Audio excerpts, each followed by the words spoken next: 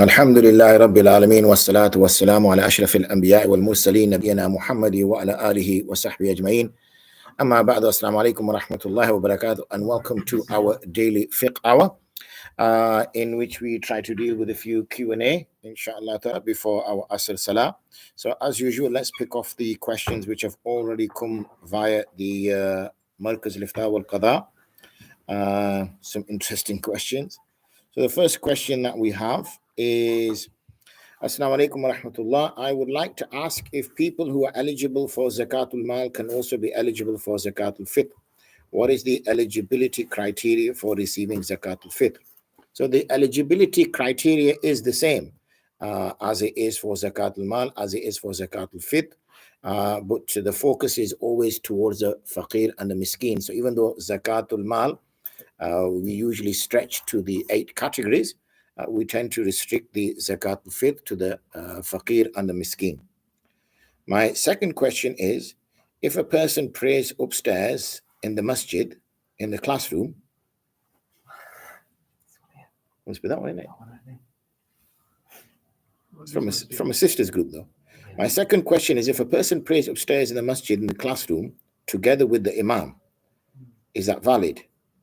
Because if the classroom is right on top of the prayer area downstairs, it may be valid.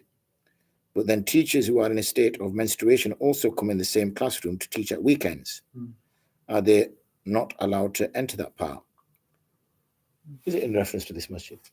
Probably. Okay. This side rooms down below is not part of the masjid. Yeah. So yeah, that's the point. Is that this is not actually part of the masjid. The masjid is the part that we sort of stay in. When you're performing etiquette, these other rooms, I'm assuming you're making reference to Masjid Umar, and therefore these are considered as a musalla, not as the masjid. So therefore, women who are in their menstrual cycles can attend, and whenever there's an overflow from the main masjid, then the overflow can go into that area. Obviously, if you're in etiquette, you can't go into that area, but if there's an overflow, like for example on Jummah, inshallah, then this will be busy. I'm assuming you have these doors open as well. Yeah. And then there's an overflow, so that's not an issue. Assalamu alaikum, inshallah, you're well, alhamdulillah, sleeping like a baby.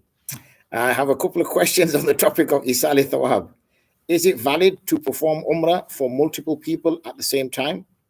The last time I went for Umrah, I was able to perform Umrah twice, and I did so with the intention in mind for a few people who have passed away to be rewarded for it. I was only there for 3 days, and I wouldn't have been able to do more than 2. I've since been told by a friend that this is not correct, and you can only perform Umrah for one person at a time. Can you please clarify? Now, as I said yesterday, there's no sort of restrictions that's been placed on Isa al-Thawab. There's not much in terms of reference in the Hadith. So, apart from that, which was quoted yesterday, and therefore we apply a general rule based on that. So that's understood. Again, I won't open the topic necessarily of performing numerous Umrahs, but that again is a unique practice. Because this was only instructions to Aisha anha, because she did not finish hers. Now, obviously, we make a habit that we go out and then we go back into Ihram and come back in. So this is a novel practice. I'm not going to necessarily say that it's a bid'ah, but it's a novel practice in the sense that this is something that was initiated after.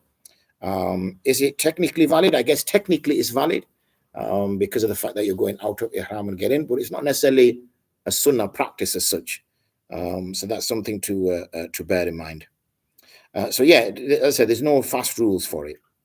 A couple of years ago, I organized a trip for a group of people, and one of the activities was to plant fruit trees for widows who would use the harvest as a means of income and providing food for her children. At the time, I paid for the trees with the intention of it being Isal Thawab for my father and the fathers of 2 colleagues. So this was what we would refer to as Sadakatul Jariya, okay, which is a flowing sadaqah that you have obviously transferred the reward to the deceased. And the fathers of 2 colleagues who have also passed away. Since this question keeps coming up regularly, the reason why there's some contention with this is because niyyah. Every time you do a good deed, you have to have a niyyah. And if you don't have a niyyah, then you don't get rewarded for it. So even if we came into itikaf but didn't make a niyyah, we won't be rewarded for it.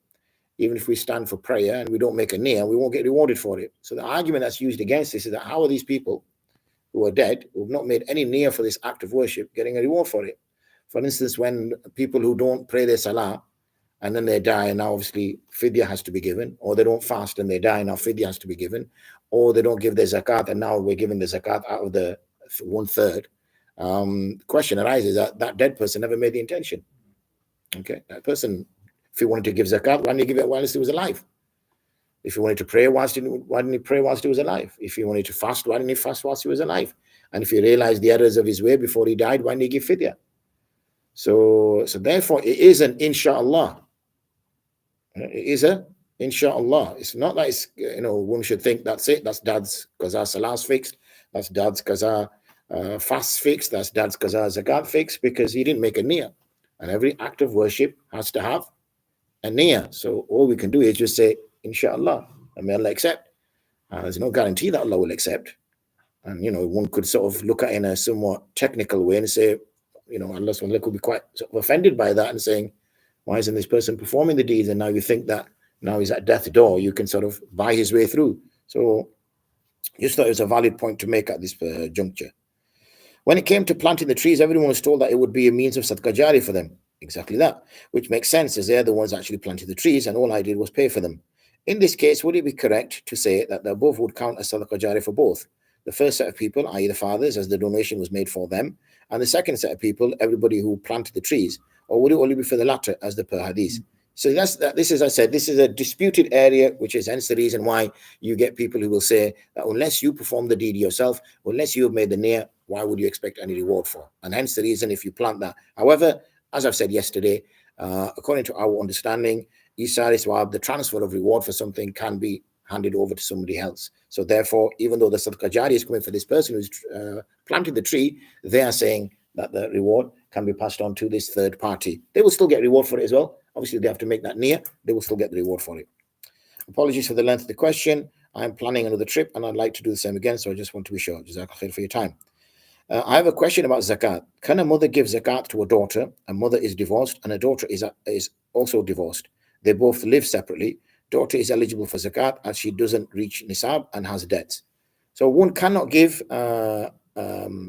relatives that ascend them directly or descend them directly. So one can't give to one's parents, grandparents, and above. And similarly, one can't give to one's children, grandchildren, and further below. One can go sideways, but not that way around. So some people have suggested, I think there was some person posed a question and said, oh, my son has got a student loan and he's in debt. Can I use my zakat against the student loan? Or, he's going to university, the bills come, he can avoid getting a student loan because obviously when the bill comes, it drops him below nisab. Can I give my zakat to my son? So obviously you can't. So the ulama also do say, well, do you have a nephew?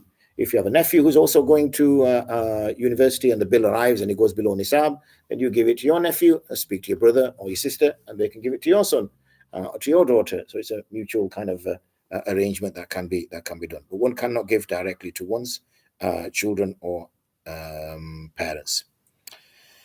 Assalamu alaikum wa alaikum salam. If a woman on haze is a woman on haze permitted to go over Quran memorization in her mind and learn new memorization in her mind? Arguably, you can do anything in your mind, so that wouldn't be considered as problematic. The only thing is that how would she see new Quran? So I'm assuming she's going to open a mushaf or she's going to open a phone or something like that. So it's not sort of free from problems, but there's nothing wrong in the way that it's been described. If one is uncertain if they have finished hayd or not in Ramadan, are they allowed to eat or not because of uncertainty? I know the sister, and the sister, I don't know the sister, but the sister does ask regular questions, and she does have always kind of in doubt and shock and things of that nature. So we should know what our hayd pattern is. Therefore, by knowing our hayd pattern, we will be outside of uncertainty. Is Warburton's wholemeal bread halal to eat? It has yeast. I don't know if it is brewer's yeast or whether it's sourced from, and E472E, which I read includes tartaric acid. Tartaric acid, a naturally occurring organic acid commonly found in grapes and used in winemaking. This is the ingredient list on the website: wholemeal wheat flour, water, yeast, vegetable oils, rapeseed and sustainable palm, salt, wheat gluten, emulsifiers, soya, flour, preservatives, calcium, proportionate flour treatment agent ascorbic acid. Well, bear in mind that the process of bread making also produces alcohol. Okay, that's where you get your little air bubbles, because that's the carbon dioxide which is now escaping out of the bread, and as it's escaping, it's making the bread rise. That's how the whole point of bread rise. That's why if you look in certain cases, the Jewish community used to have flatbread to avoid the whole process of adding yeast for that reason. But it's so if there's a paper I've written, detailed paper, and I forgot what it's called. It's on the Olive Foundation Telegram channel. I think it's something to do about purity or something like that. In there, I discuss in situ impurities, impurities which are produced during process. Are they considered as impurities or not? So I suggest if you read that, sister, or brothers, or anybody else for that matter. And then it's over to this chap. We're not going to mention no names. It's his show. I have a Sharia-based pension with a total of 6,755,000. Man, how can you? Oh, sorry, I've read it wrong. 16,303 and 5 pence. I have no other savings. I've calculated the amount of zakat on the pension based on 40% of that amount and 2.5% of that. However, outside of my pension, I owe 3,800 as a debt, and I'm assuming this debt is a debt that needs to be paid. That is a personal debt, and my mortgage payments are 17,400 a year, and that 17,400 I'm assuming is just capital payments and not interest payments. That doesn't include the council tax as a debt, if not what or no water bill. No, you wouldn't include those as they're not debts, but you would be able to deduct them as your monthly outgoings. I use the NZF calculator and it states no zakat to pay. Is this correct? So somebody would have to quickly jot this on a calculator. Don't all offer at once. So I think he's texting. Are you working out or you're texting? No, I was just texting out. Yeah, so 40%, you know, he's got his phone. 40% of, what was it? Sorry, 16,303.05. Oh, he's doing it. What have you got? Oh, was it 40% off? 16,000. Alama Saab, yeah. 40% off 16,303 pounds and 5 pence. What do we got? Should be about 7 grand, 6 grand? 6.5 grand. 6.5 grand. Take 2.5% of that. 340.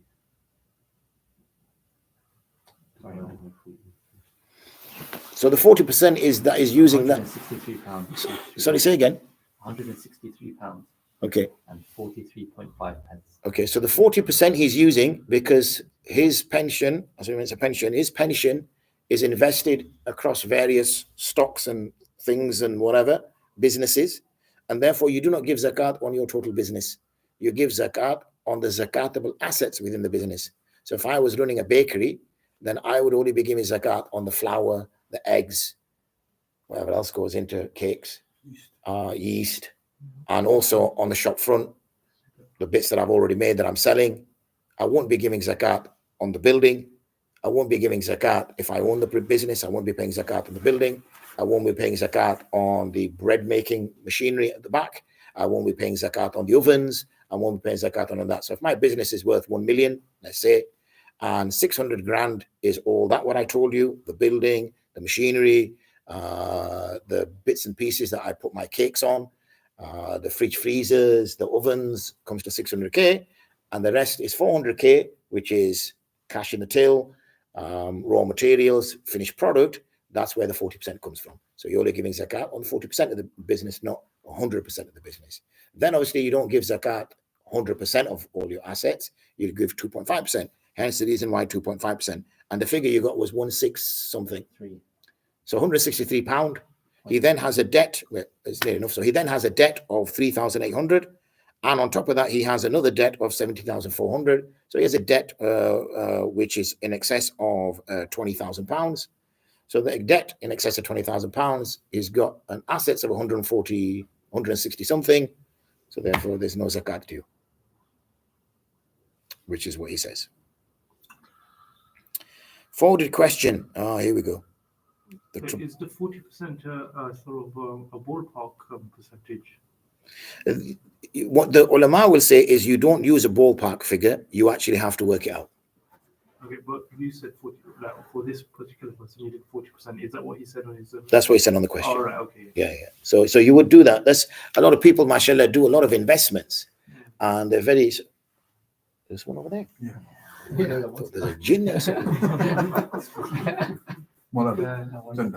Oh yeah. Because I just saw, looking at him, and I just saw like little movement out of the corner of my eye, and I thought, has he fallen asleep again? That's the Jinn with the fasting question. Yeah. The Jinn's fasting. Oh yes. So sorry, what are you saying? 40%? Yeah. So we do a lot of investments, we do a lot of business, but we don't look at it from a zakat perspective. So then when you ask the person, then he gets all flustered. Yeah, am I supposed to work out, zakat? I've got so many investments, whatever. Yeah, you were the big dada. You're the one doing all the big investments. Now you're getting all flustered because Allah's asking you to calculate your zakat. So obviously when you're investing, one of the things you've got to do is when you're looking at a portfolio, right, I want to know the breakdown of that portfolio. You want to act like a big businessman, which you really haven't got a clue. You're just going like that, and that. Well, if you want to be a big businessman, find out what is the liquid assets, what is the rate of income, break it down. It should be obviously in the annual records that they have to legally submit. Yeah, at the end of the year, and therefore you can work it out from that balance sheet. There is a figure that has been calculated with some research that I've seen that can be used as a kind of ballpark figure, but it's obviously advisable that one uses the correct value. Is that the Mufti for us one that you're talking about? That's correct, yes. In terms of pension, teacher pension, is that what does to do with that one? Is it what pension? A teacher pension. Yeah. So is it defined contribution scheme? Yes. Yeah, that's will be mainly will be that now, where basically you give some percentage of your wage, the employers give some percentage of your wage, and then you can decide where it's invested, and therefore you would give zakat on that every year. Okay. Yeah, it's an investment. So what about, if you just change the word pension and just call it investment. Okay. So if you would give zakat on an investment, then you would give zakat on this investment.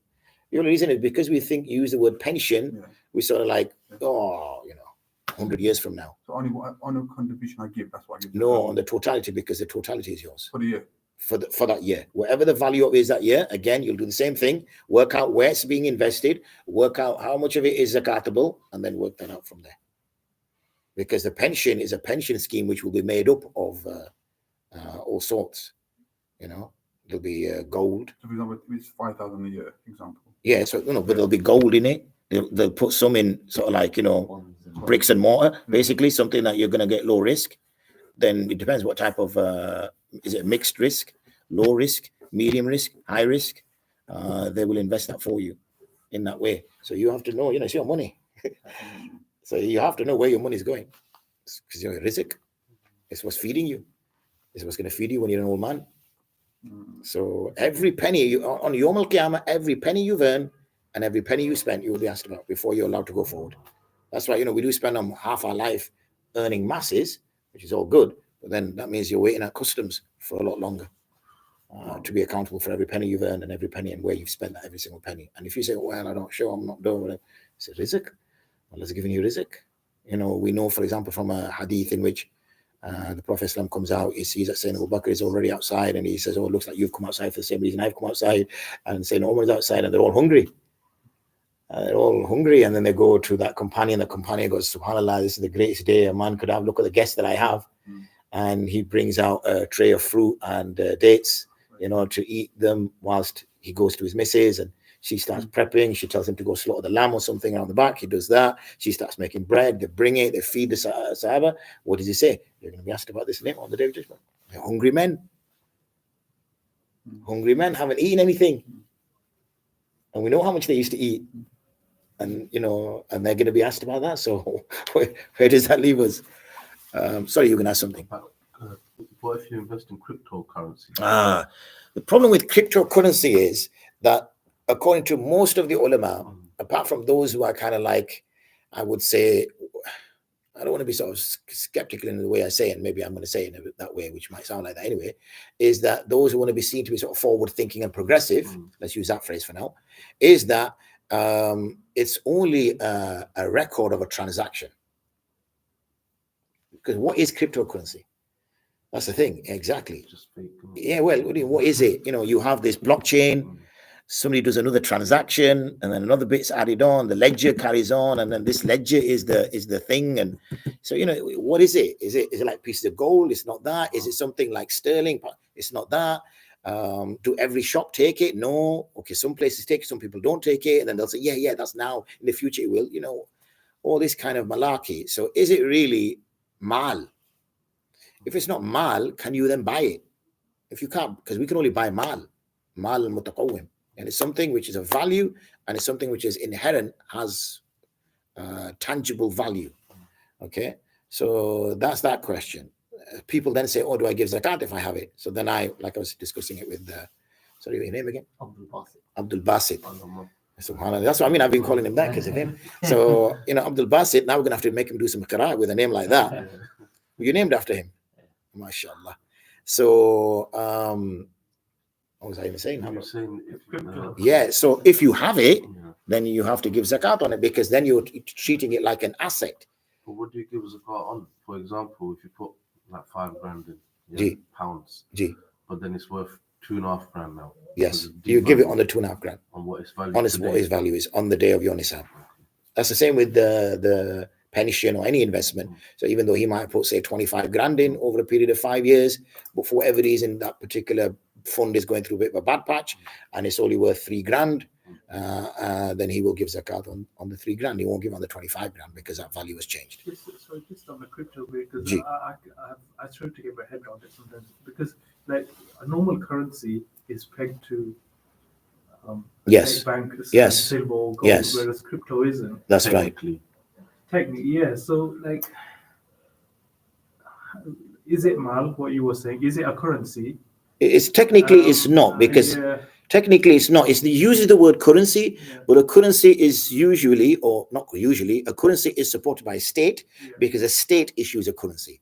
It basically says you will use this in this particular. This is just somebody's idea. This is just something. This was just to decentralize. Obviously, this was after the so-called banking crisis, where it was felt that the banks were fully in control of our money, and we were sort of like blackmailed into doing this. So why don't we go outside the system? So this is where it was supposedly the idea came from. The point I was trying to get, sorry, I'm trying to get, is say nobody's got, say I haven't got any mal, no cash, no gold, nothing. I've just got 1 Bitcoin, right? Would that be zakatable? That's what I was just saying then, is that I would say, yes, it is zakatable, because you've taken your wealth and you've put it into this other format. Otherwise, what will happen, you see, is that one way to skip being zakat, to making zakatable, is just put all your money into cryptocurrency. Now you're not giving zakat ever again. And then that's it. And then as soon as your nisab date is over, transfer it back again. Yeah, obviously. So ulama have to block loopholes as well. So sometimes you see people ask a question and they want a kind of a direct answer. Ulama don't necessarily just give an answer that's direct to the question you've asked. They're looking like 2-3 steps ahead. That this is potentially happening, so we have to block that. So then that person will say, wait a minute, where does it say that? In which hadith does it say that? So the alim, the scholar, is not just looking at saying, we're just a textbook, brother. You come ask us about hadith, we give you the hadith back. What's the point of being an alim then? Then you may as well have Bukhari, you may as well have Sahih Muslim, you may as well have that, and all you do is just go to that and find your answers from there. I'm sorry to make another question out of this. So would that then be, say for example, my zakat date was coming as the first of Ramadan, and like in Rajab, first of Ramadan's gone. Yeah, no, just say, and so we could have said 27th of Ramadan. Yeah, you could have said 27th of Ramadan. Yeah. Because you just confuse that question for no reason whatsoever. Say before my zakat date, right? And I had this pile of cash, and I thought, I need to try and avoid zakat. Yes. Cash. Let's buy that house. Yes. Instead of crypto, let's buy that property. Yes. Right? And then a few months down, then sell it. Yeah. But if you bought the property with the intention to sell it, it's zakatable. Okay. But so there's no loophole there. You're stuck. Okay. If you buy the house to keep, then you bought the house to keep. But then you'd get folks who would argue that, I did buy it to keep, but now we decided to sell. They can say that. But how much you gonna? The judgment is in the mal. They can say that 100%. Because remember the ulama in our situation aren't acting as qazis; they're acting as muftis. The difference between a mufti and a qadi is a mufti is just giving you an answer to your scenario, whether it's truth or falsehood. It does not matter. It's like you saying what's 6 at 6, and I say 12, but really in your pocket you've got 4 and 4. You're not handing down judgment. No, a qazi hands out judgments. Okay, he will then ascertain the truth and say, okay, let's check this guy's bank account, and he will judge. Even then, he may get wrong because obviously he's not Allah. He's only gathering as much evidence as is humanly possible in order to give a decision, in order for this world to operate. But then Yawm al-Qiyamah, everything will be resolved in there. You know, if you buy property for investment purposes, Ji. like to generate income from Like you're gonna rent it out. Renting it out, Yeah. so then you pay zakat on that. Not on the property, no, because that property now becomes like your Business. baker's shop. It becomes it's your business now. So all you do is any income it generates, like for example, rent money. Now you may use some of that rent money to maintain the property. You may use it forever. Then all you do is add all your bank accounts, because you might have a separate business bank account, you might have a separate personal account, you might have a separate savings account. Add all your accounts up on your nisab day, and you give zakat accordingly. If you've used all your income from your rent for going on flashy holidays, then there's no zakat due. But obviously then the question comes on, is israf. Is that considered as israf, that you're going on a holiday every month and spending, thousands of pounds, living it large and all the rest of it? That's a different question altogether, but not from a zakat perspective. But if something like investment property, rental comings before my nisab or after my, the day, like first of Ramadan. Why is it that we like going back in time, man? Let's just say 27th of Ramadan. So at least we can say, because 27th is 2 days away. So after that, I receive the check. Ji. 27th. Ji. I'm calculating first. Yes. But I receive the rents on 27th or after the Ramadan. So you get it on the 10th of Shawwal, and your nisab day is the 27th of Ramadan. So then you go by the 27th of Ramadan. Okay. Because that money you don't have, because you could die on the 29th of Ramadan. If you're dead on the 29th of Ramadan, that money that came on the 10th of Shawwal is now your children's. Yeah, no, but the agreement is done. That's fine, but you haven't received it. Yeah. Even if it's arrears, basically, so rent arrears. Rent arrears is different because it's owed to you. Okay. This is not owed to you. Okay. This is saying that you've agreed that you're going to pay on the 10th or whatever it is, that you're going to pay on the 15th of the month. Because obviously we don't work on Islamic calendar. But let's just say you're going to say on the 15th of the month, you're going to receive a check. And his zakat is due on the 8th of April. But on the 15th of the month, he receives a check. But it's not due though, is it? It's not due till the 15th. But he's not paid, the guy hasn't paid the last one. Then that's a debt owed to you, isn't it? Yeah, that's for the last one. So that's different. You have to count as the zakat because he didn't pay yet. Yeah, that's the last one. Yes. Yeah, that is, yes. Because if he refuse and if he don't pay, still you have to pay the zakat on this one. If he's point blank saying, I'm never going to give you it. Yeah. That's what if he says, I'm going to give you it, give me time here, ease up, then it's a debt, isn't it? It's like if you gave me £10,000 and I say to you, you say to me, Mufsa, when are you going to give me that 10,000? So I say, I'm going to give you the 10,000 on the 27th of Ramadan, brother. Don't worry about it. You come to me on the 27th of Ramadan and say, where's the money? I said, look, I'm struggling. Give me another 2 months. Give me another 3 months. Still your money, isn't it? Yes. It doesn't become my money, does it? But if it's a big amount, like £50,000, it could be £100,000. Your family or someone. Yes. They say, okay, we can give you. And last 10 years, 15 years, he didn't pay. That's so fine. Zakat is still due unless you write that debt off. That I'm not going to get this. This guy is never going to come. This guy is never going to pay me. So, chalo, I won't give zakat. But if he does pay you, so let's just say for 10 years, he owes you money and he hasn't paid you. And you've been going to him every year. Yeah, you pay me the money, pay me the money. And you think, you know what? I don't think he's ever going to give me. So you stop paying zakat. 10 years later, he gives you it. You have to go back to track and pay for the 10 years that you didn't pay it. This money is finished then. Yeah, because it's your money. Yeah. So then you have to decide whether you want to help somebody out. Because remember, before, you see, when people used to give qarda, it was qarda hasana. Yani you're helping a brother out. If you're helping a brother out, then you have to expect that there may be difficulty that he's not going to pay you on time. He's already in debt. That is alarm bells that the brother is struggling. So he may be struggling now to pay you back. So one shouldn't be that strict then on receiving the money back. And if they always say, don't they? Don't give that amount of money that you can't afford to lose. Don't invest that amount of money that you can't afford to lose. So if you're going to give a debt to someone, then it's got to be sort of surplus cash. It shouldn't be money that literally is going to put you onto hard times if you don't get it.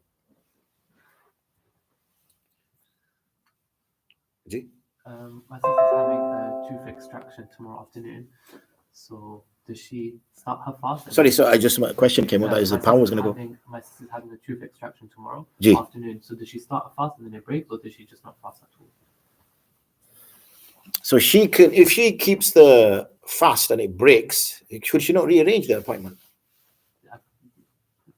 I think tomorrow was the only Yeah, but would it necessarily break? Yeah, I think she said like she's assuming like. So she blood shouldn't. What she coming should do down is keep the fluid fast, or- okay. right? And if she happens to break the fast because she feels that saliva, not saliva, but blood has gone down, There's anesthetic, they give her localized. Does that but will they? That will be just injected into the mouth, won't it? It won't be going down. Yeah, that just gets to numb the gum, okay. numb the gum, right? So it won't be anything that's going to be posited through a throat. And obviously, that's only when you have general anesthetic. Then they shove the oxygen thing down to keep you alive, keep you breathing properly, whatever, and they lubricate that. So that is problematic. But if it's local anesthetic, then it just numb the gum, and she just has to see whether she swallowed any. But I think they have that little vacuum thing as well. There is this Dr. Malik, because someone asked about a few. He said we got some sort of instrument they put here. So even stop going inside. Yes. There is something. Yeah. So you can ask the doctor. Well, like I said, they have that little vacuum. Whenever I've been there, vacuum my whole tongue out, man. So then if she does feel it, then her fast breaks. But it's just that the hukum of fast is still upon her at suhoor time. She's not excused, you see, at suhoor time because she's well, she's fit, she's not traveling. There's no legality that's stopping her from preventing her from fasting. So she should fast. And that's just a possibility. And if it does, it's a qaza anyway, because it's not food or water or anything like that. So she then just makes up a fast after Ramadan.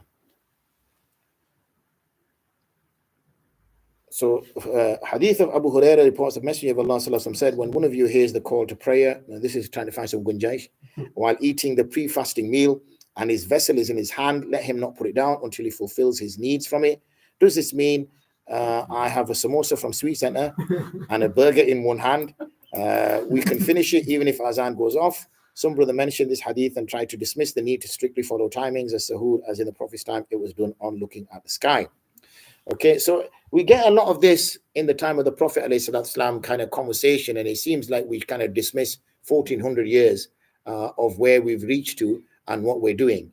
So in this case, there's the responses given by ulama for different reasons. Some say that there was an adhan that used to take place before. Okay, so Bilal who used to give adhan, and then Abdullah ibn Makzub used to give the adhan as well. So there used to be a different two azan. So one was to let people know to finish their suhoor off, and then one was to let people know that Fajr time had started.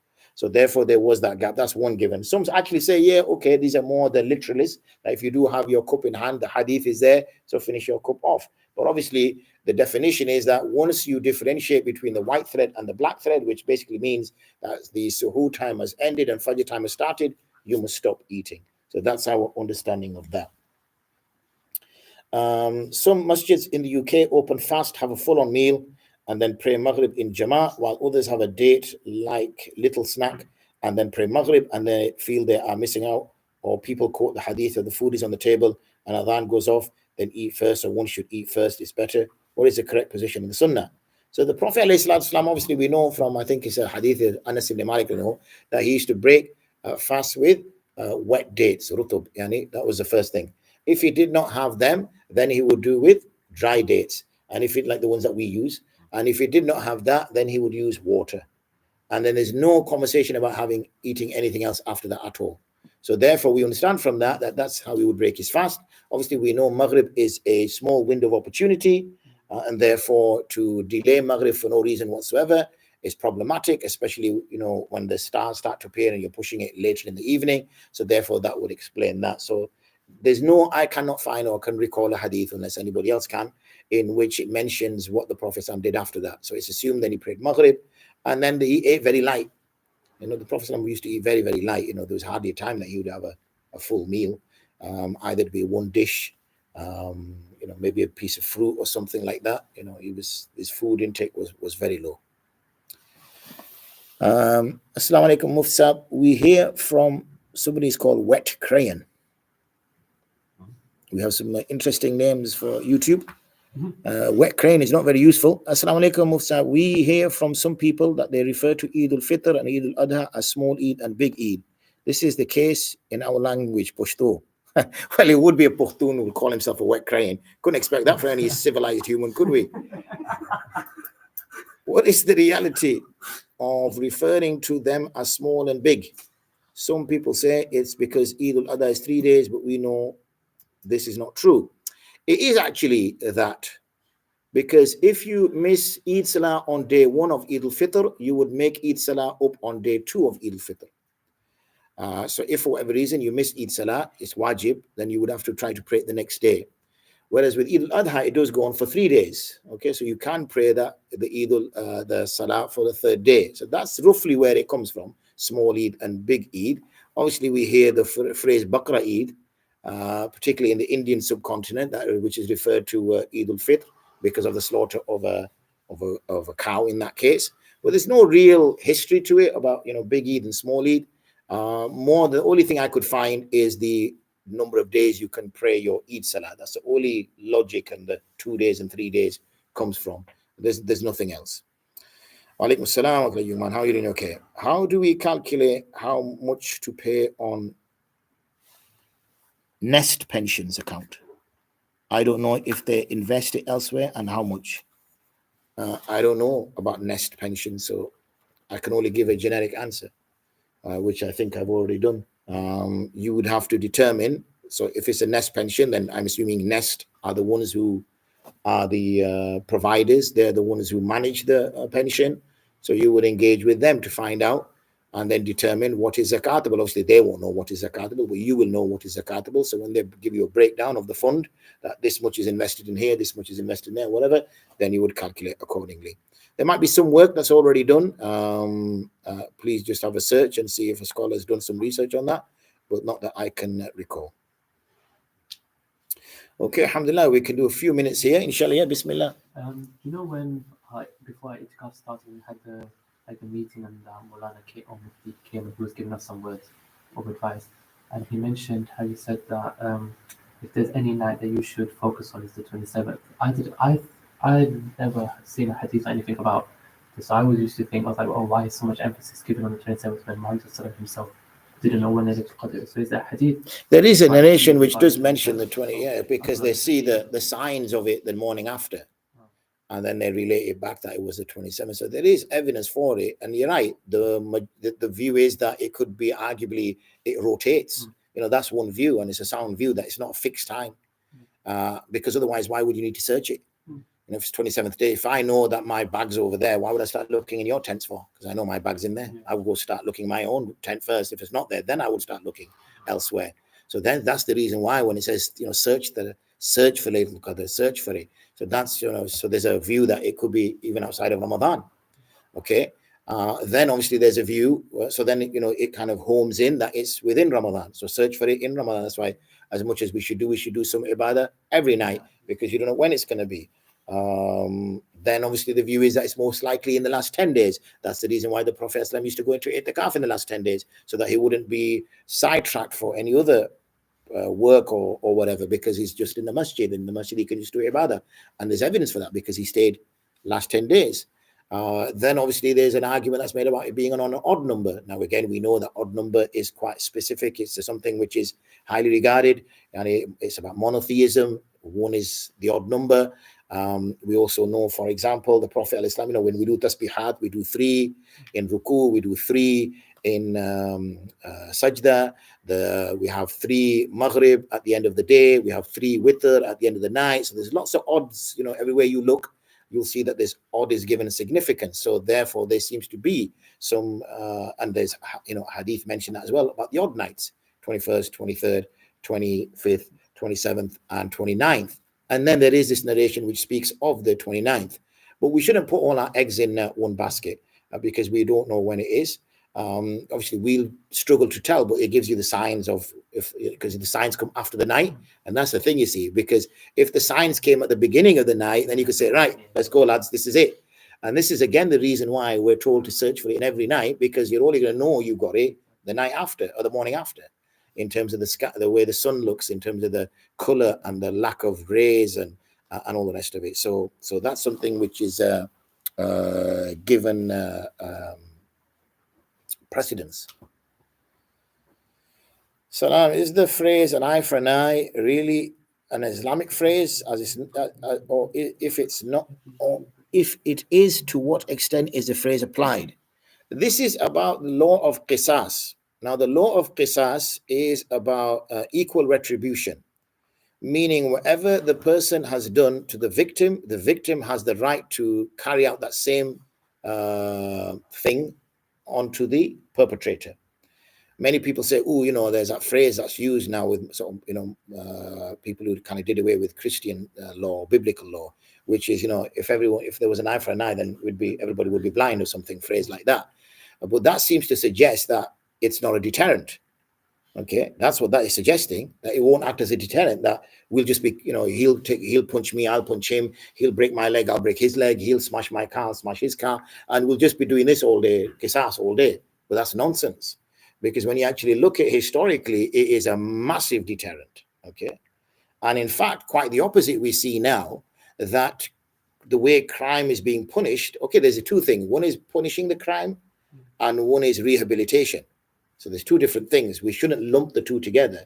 What we do nowadays is only focus on rehabilitation and not sort of punish for the crime. In some cases, we punish for the crime when it suits. Like, for example, I remember when, there was those disturbances in Bradford, and the lads that were, if you just had picked a rock up and not thrown it, they got like 10, 15 years. And if a guy actually threw the rock, he got like 20 years. And, they threw the book at them. So when people want to choose to isolate a particular minority, you see the stop and searches, blacks get stopped and searched more than anybody else. You see this, you see that, and you can see this disproportionate level of applying the law when they're, the eye for the eye type of law when it comes to the minorities. But when it comes to the average white dude, then it's not being applied. Then it's, let's look at rehabilitation. Let's look at, integrating this person back into society. So there's two things. One is obviously the punishment for the crime. The other thing which has changed is because now the crime is committed against the state. So, for example, if, say, you punch me in the face, the state will punish you because the state said, don't punch Mufsab in the face. Whereas I might say, well, why did he, he's done the crime against me. He punched me in the face. So I should decide what happens to him. Why is the state stepping in and saying, it's going to now decide, I'm the one with a broken jawbone. I'm the one who's feeling pain. I'm the one who now can't eat because I've got metal, you get me? So why is the state saying, oh, no, let's give him 3 months suspended sentence. That'll be all right. I can't eat now for the rest of my life. And he's got a 3 month suspended sentence. How is that justice? Right? So therefore, justice is until that. And if you ask, like, for example, if God forbid, but a woman gets raped and you say, your rapist got 2 years or 3 years in prison, do you feel satisfied by that? She'll say, absolutely not. She'd go as far as saying, castrate the guy, do this to him, do that to him, this, that to him, she'll go, whatever. So you notice that, and because crimes are perpetrated against a small minority and not against the majority, that's why we're kind of okay with, 6 months in prison will do the trick. It changes when it happens to the person. Yeah, it changes when it happens to the person. If your child runs out onto the street and gets run over and dies, it's manslaughter. You then think, what should this person get? My daughter is gone for the rest of my life. I'm going to go past her bedroom and I'm going to remember her for the rest of my life. And this is going to hurt me. It's going to make me cry. I'm never going to see her grow up. I'm never going to see her this. I'm never going to see her get married. I'm never going to see her get kids, whatever. And some guy gets 6 months suspended sentence. Does that feel that your justice has been done? Of course not. The reality is it's not just. Okay, it's not just. And yet, if this worked, if we took this phrase to say, let's take this kind of soft approach, this rehabilitation, whatever, then our prisons would be empty because it's working. Our prisons aren't empty. Our prisons have never been fuller than they've ever been. They're now, thinking of making barges and reopening Alcatraz or something. Do you get what I mean? It's now getting to such an extent where they're thinking it's not solving the problem, and they're having to give shorter and shorter sentences and more open prisons and stay at home prisons because it's COVID and all the rest of it, which is now changing because it's not working. But how can you say, let's go back to Quranic rulings? How can we say let's go back to biblical rulings, because that's proved your system didn't work? You cannot say that. So no one will ever say that, because it will prove that their system's not working, and there's too much arrogance, there's too much gibber that to say that our system is not working. So that won't happen. So no, it's not applied at all.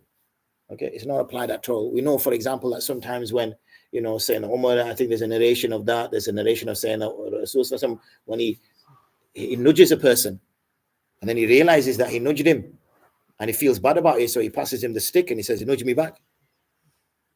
Nudge me back, because I want it settled here. I don't want it settled on Yom Al Qiyamah." So he says, "Okay." He says, "Lift your garment." So the Prophet lifts his garment. So what does he do? He kisses his torso. So he says, I don't need to hit you back. I just was doing that so I could get a chance to kiss your torso. But did the Prophet ﷺ not think that, oh, you know, I'm a Nabi, every now and then people are going to say something which sort of frustrates me. I'm human at the end of the day. I might, you know, get a little bit tired. I'm going to be a little bit short-tempered sometimes. He didn't. He knew that if it's not settled here, it's getting settled up there. And therefore he made sure that it was all settled here before he went, left the earth. Sallallahu Alaihi Wasallam. I think that's it then, gentlemen, unless we have some burning questions, which we can leave till tomorrow. Do jinns keep rules in? The jinns the deen is applicable to the jinn as it's applicable to the humans. The jinn, from my reading, never received a Nabi. They have to follow the Prophet ﷺ. They have a society. They live. They do what they need to do. So there is an expectation that they would fast. There is an expectation they would pray. There's an expectation that they would go for Hajj. So as we understand it, all those rules would apply to them. The ayat, Ya ayyuhan nasu, mankind, that includes jinn as well. That's right. That's right. So it's inclusive. It's the same ruling applies to them as it applies to us. They are shayateen from humans and they are shayateen from the jinn. You know, if you read the end of Surah An-Nas, they are shayateen in the human form. And they will look human like us, everything exactly the same, but shayateen. So some of us have satanic practices and some of us are satanic to the core. Okay. We don't know who obviously those people are. We can only go by their behavior and what they do and what they stand for, what they believe, but we don't know. And same from the Jinnah. There's some, you know, very pious and doing good things, and then others who are causing corruption. The difference with them is obviously they're not visible. So therefore we are scared of them more when we should be scared of the ones that are right in front of us. You know, that are causing damage directly to us rather than the one that we can't see. In Ramadan, when the shayateen are looked up, Yes. if someone that's been infected by evil eye, is that effects also taken away from you in Ramadan? No, evil eye is something else. Remember, there's two types of eye. One could be an eye which is genuinely a good eye, but has said something or done something which has brought harm to you. And one could be an eye of hasad. So, for example, if a person does nazar on you, okay, so a nazar could be that, you know, he's got no ill intent. You know, he sees you praying regularly and he thinks, whoa, check that bro out, man. Look how much enough of this brother's praying. Look how much Quran he's reading. He's got no hate for you. He's actually quite happy for you. But he's doing nazar on you now. So then that person now can't get up the next day. All right? He's not even, he's struggling to go down for Fard Salah, never mind praying Nawafil and Quran anymore. So he's thinking, hey, you know, I was so full of beans and I was up and I was moving and now can't even move. What's happened, you know? So it could be nazar. So nazar will still take place. Then there's the other one, which is the evil eye. Why is this, you know, why is this guy like this for? Why is he, you know, going on itikaf? Why can't I go on itikaf? You know, who's he, like some kind of big Deen dar person or whatever? That's evil eye now, isn't it? That guy's got hate for you. It's not that he's, you know, genuinely happy. He's got hate. And that can affect a person as well. So we always seek protection from these because you don't know when it happens. You don't know when it's going to occur. One more thing, you know, when someone is under possession during Ramadan, I know you use the dirty P word. It's only taken us 4 days before we got to possession. During Ramadan, are they not affected by possession anymore? Or is it? From my understanding, there's no such thing as possession. Oh. Okay, there's no such thing as possession. Can a jinn possess a human? Meaning, can he go inside the human and control him? No. There's nothing. Can he control him from the outside? Can he whisper to him? Can he impact on him? Can he influence him? Absolutely. 100%. Right? Well, possessing thing like, you know, suddenly, you know, and you start doing all this. What is this? This, you know, what is that? You know, what's going on? You know, yeah. It's just a lot of in Catholicism in particular, where there used to be particularly adolescent girls from the age of about 9 up to the age of about 15. You'll see most of all, when I say 95% of exorcisms that were carried out will be carried out in girls between the age of 9 and 15, and they'll be girls. You struggle to find a 45-year-old man possessed. Okay, Why? Why doesn't the jinn like the 45-year-old guy for? Why is the jinn so keen? So, and it's because they're going through hormonal changes. There's all sorts. I remember one particular case where a brother got in touch with me, and he was at the end of his tether. He said, we're not sleeping. The whole house is all over. Something wrong with our daughter. We think she's possessed and everything. And, she contorts her body. She makes strange noises. So, straight you think, okay, this is quite serious, is this? We'll book you a hotel, come down, whatever. I said, no, you don't need to do anything like that. I said, it's nothing. It'll be something minor. No, it's not. It's really serious. And so I ask the usual questions. Are you reciting Quran? Are you praying regularly? Are you avoiding committing haram? Oh, yeah. So the way it was told me was like, mashallah, these are like proper muttaqi, deendar families. I'm thinking, okay, they're doing everything. They're ticking all those boxes as well. So, right, whatever. So I said, okay. So I had a conversation with the young girl. She's only about 8 or something. I had a conversation with the young girl. Quite a long story short, basically, she was not allowed to drink pop drinks because she had a problem with her stomach. So she had a secret stash under her bed. Parents didn't know about. So when they used to eat food downstairs, I think especially when she had a spicy food, she wasn't allowed to have a can with it. So everybody else did. She couldn't. So she used to come upstairs just before she went to bed. Soon she did that. She was doing all these contortions and all that. They thought jinn possession. Now, how many of us brothers would have gone down, whacked a £1,000 bill, and took that jinn out? Yeah. So, it's our lack of ilm, it's our superstitions that lead us into these kind of situations. But yes, jinns can influence us, jinns can affect us. There's no doubt about that.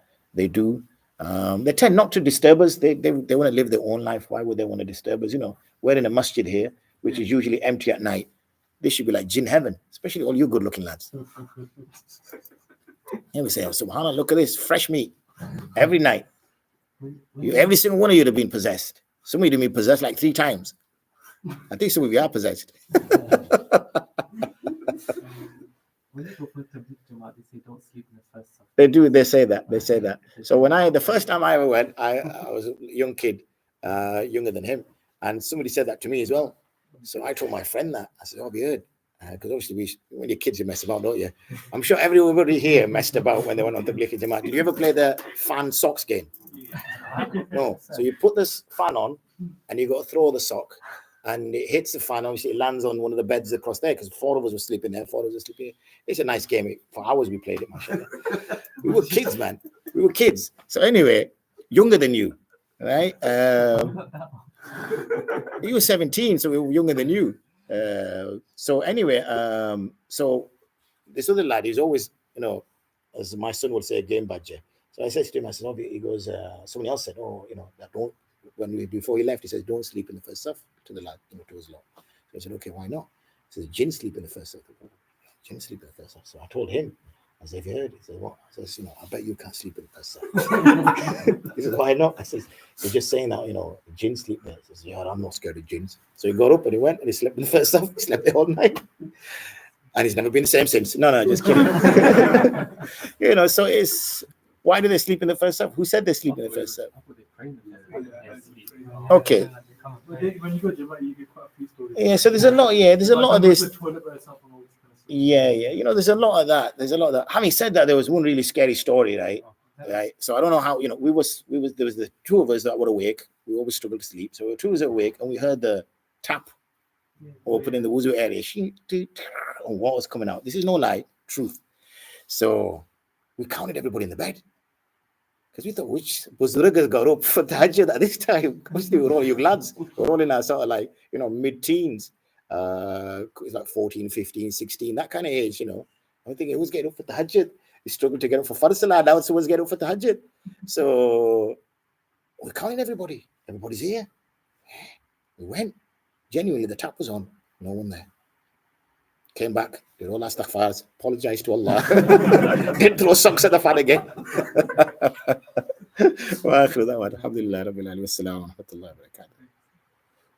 We need just a session for jinn stories. We'll make it after Isha. We can't, tomorrow, inshallah, we won't have a FiqHour session because tomorrow, Qari Saab's done a 1, 2, 3 and he's got me for Juma Salah. So I've managed to somehow negotiate it because he's a hard man to negotiate with. So we've kind of like split it between me and Mohanasab. So inshallah, our Asr Bayan is going to be in Juma, and then FiqHour, I'm just going to relax a little bit, inshallah. Because what happens is I get questions coming in left, right, and center, kafar or whatever. Also, I'm a Chief Sharia Officer for NZF Global.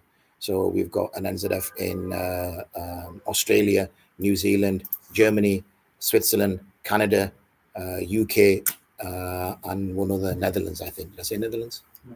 There. So I'm responsible for Sharia advice for all of that. And then I have about 900 other little tasks that I got to keep on top of as well. So, and I'm not sleeping as often as I hoped for, inshallah. So make dua. Akhir da'wan, alhamdulillah, rabbil alamin, assalamu alaikum wa rahmatullahi wa barakatuh. Jinn stories,